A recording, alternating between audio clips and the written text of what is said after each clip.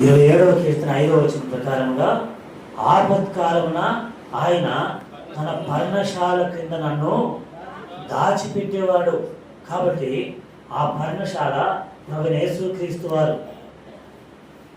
పర్ణశాల ప్రభువైన యేసుక్రీస్తు వారు ఏంటంటే మన ఆపదలో, మన పాపములో, మన శాపములో, మన దుఃఖములో మనము ఆ ఐగుప్తు లాంటి పరిస్థితిలో ఉన్నప్పుడు అక్కడి నుండి మనం తీసుకొని వచ్చి ఇశ్రాయేలీలు లేవియా కాండము 23వ అధ్యాయంలో మనం చదివినటువంటి ఆ 39 నుండి 42 వరకు ఉన్న మాటల ప్రకారంగా ఐగుప్తులో నుండి వారు బయటకు వచ్చిన దానికి గుర్తుగా పర్ణశాలను కట్టుకోవాలి.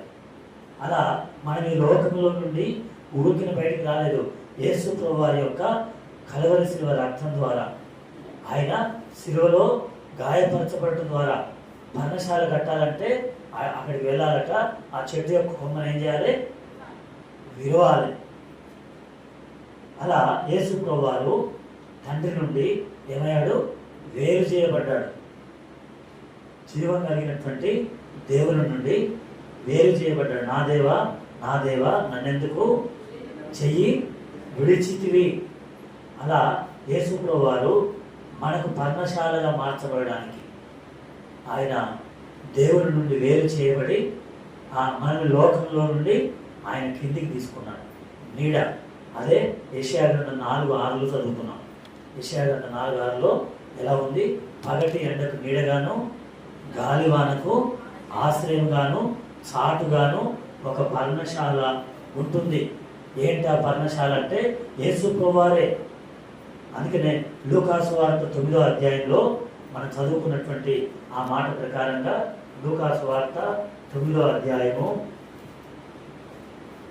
30, 31, 33 ఇలా ఇంతవరకు అక్కడ ఆయన రూపాంతరం కొండ మీద ఉన్నప్పుడు ఆయన ముఖము మార్చబడింది, ఆయన వస్త్రములు మార్చబడ్డాయి. అంటే వెలుగుతూ ఉన్నాయి, ప్రకాశిస్తున్నాయి. మోషే, ఏలియా కనపడ్డారు.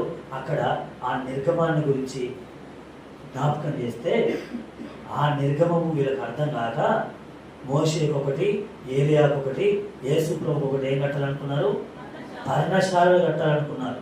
కాదు కాదు, ఈయనే నా ప్రియ కుమారుడు, ఈయనందు నేను ఆనందిస్తున్నాను, ఈయన మాట వినండి, ఈయనే నిజమైనటువంటి పర్ణశాల, ఈయన మీకు నీడ ఇచ్చేది, ఈయన మీకు చాటుగా ఉండేది, ఈయన మీకు ఆశ్రయంగా ఉండేది, ఈయన మీకు పాప క్షమాపణ ఇచ్చేది, ఈయన మీకు నిర్గమం కలిగించేది, ఈయన మీకు విశ్రాంతినిచ్చేది, ఈయన మీకు నెమ్మదినిచ్చేవాడు, మీకు విడుదల ఇచ్చేవాడు. ఈయన నిజమైనటువంటి పర్ణశాల. యేసు ప్రభువారే నిజమైన ఎవరు మనకు పర్ణశాల. లోకంలో ఉన్నాయి చూడండి. అపోస్తలుల కార్యములు 19వ అధ్యాయము 9వ వచనంలో పాఠశాల అని రాయబడింది. లోకములో పాఠశాల అని ఉంది. కానీ పాఠశాలకు వెళ్ళి పాఠం నేర్చుకొని వచ్చారు. పాఠం నేర్చుకొని రావాల్సింది పోయి పాఠశాలకు పోయి పాపం నేర్చుకొని వచ్చారు పిల్లలు. తెలుసు కదా మీకు? అక్కడ ఆలు నేర్చుకున్నారు, ఏబిసిడీలు నేర్చుకున్నారు. మరి ఆ ఏబిసిడీలతో పాటు అబద్ధాలు, చెడ్డ మాటలు, ఇంకా చేయకూడనటువంటి పనులు కూడా నేర్చుకొని వచ్చారు.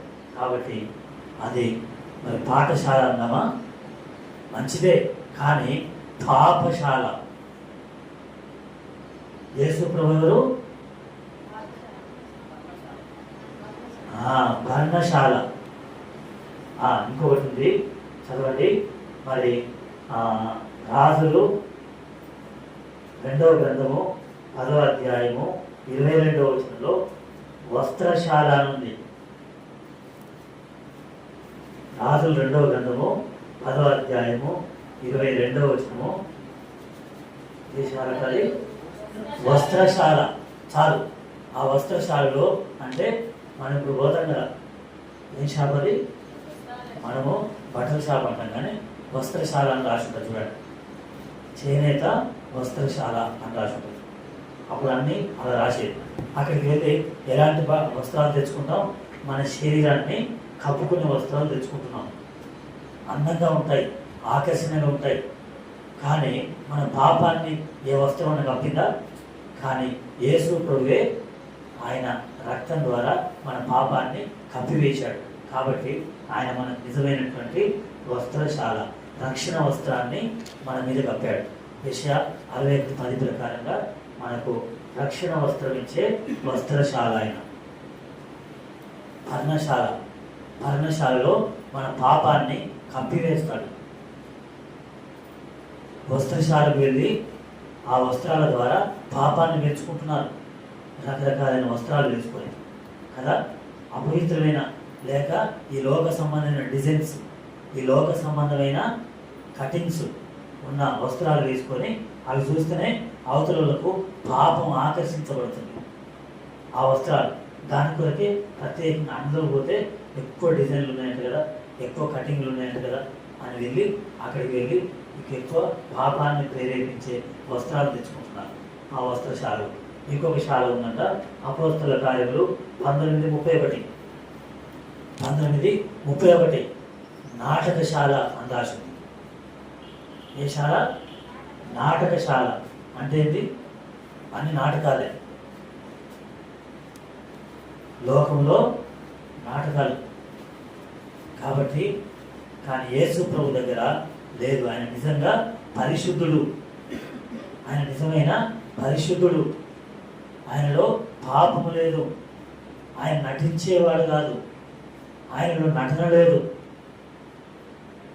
ఉందా నాటకశాలని? ఉందా? 19 అపోస్తల కార్యములు 31 తర్వాత చూడండి, మరి యేసు ప్రభులో నటన లేదు, మంచిదే నేర్పిస్తాడు మనకు. నాటకమేం కాదు, నిజమైనటువంటిది. ఒకప్పుడు నేను నటించాను ఎన్నో, కానీ ఇప్పుడు నన్ను నిజంగా ఏదైనా పొరపాటు చేస్తే క్షమాపణ అడుగునట్లుగా వెంటనే నేను అడిగేస్తాను అంతే. నటన కాదు, హృదయపూర్తిగా యేసు ప్రభువుని అడుగుతాను, మనుషుల్ని కూడా అడుగుతాను. ఇంకొక శాల ఉంది, రాజులు 2వ గ్రంథము 20వ అధ్యాయము 13వ వచనం. రాజులు 2వ గ్రంథం 20:13లో ఆయుధశాల నుండి.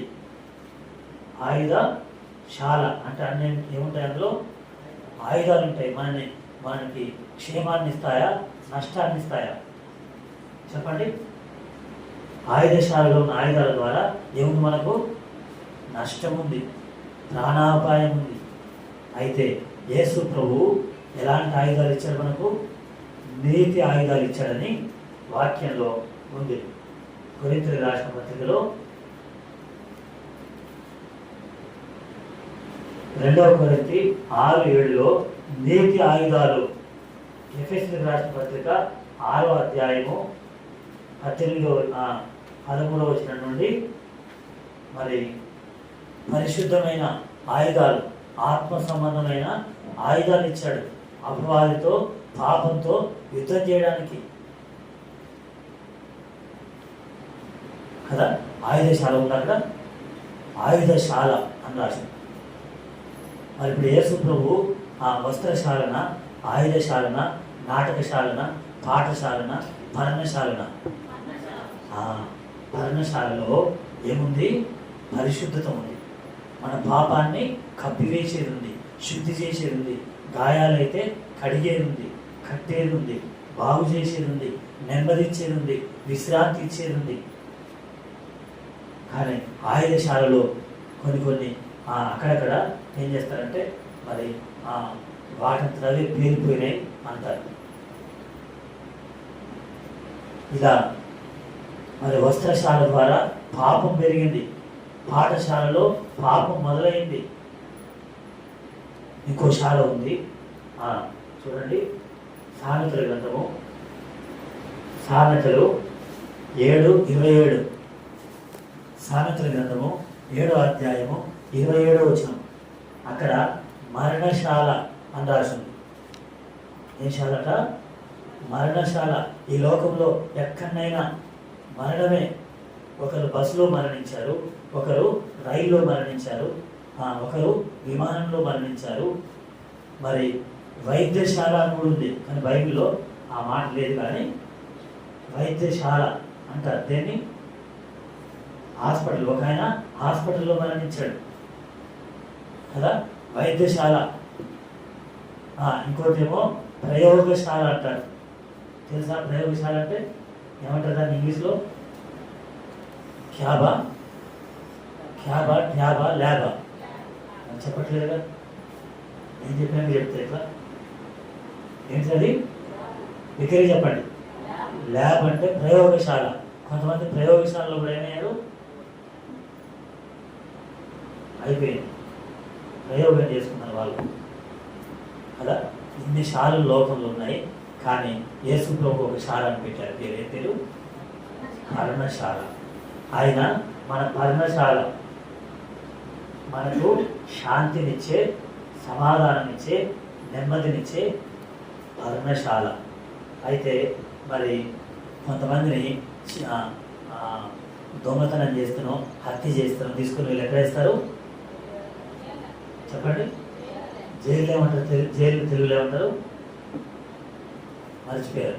చదివేస్తుంటే ఏమైందట? జైలు తెలుగులో ఏమంటారు?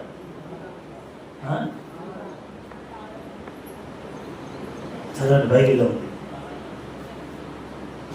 ఇర్మియా గ్రంథం 37:21. పౌలు శీలని ఎన్లేశారు.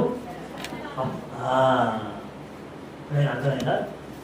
ఇప్పుడు నేను చెప్తేనే అర్థమైంది. దీన్నే ఇర్మియా గ్రంథం 37:21 బందీ గృహశాల అన్నారు. 37:21 ఇర్మియా గ్రంథం. దాన్ని మన కాలంలో ఇప్పుడు ఏమంటున్నారు? చెరసాల అంటున్నారు. ఇంకా మంచిగా అర్థమయ్యేటట్టు జైలు అంటున్నారు.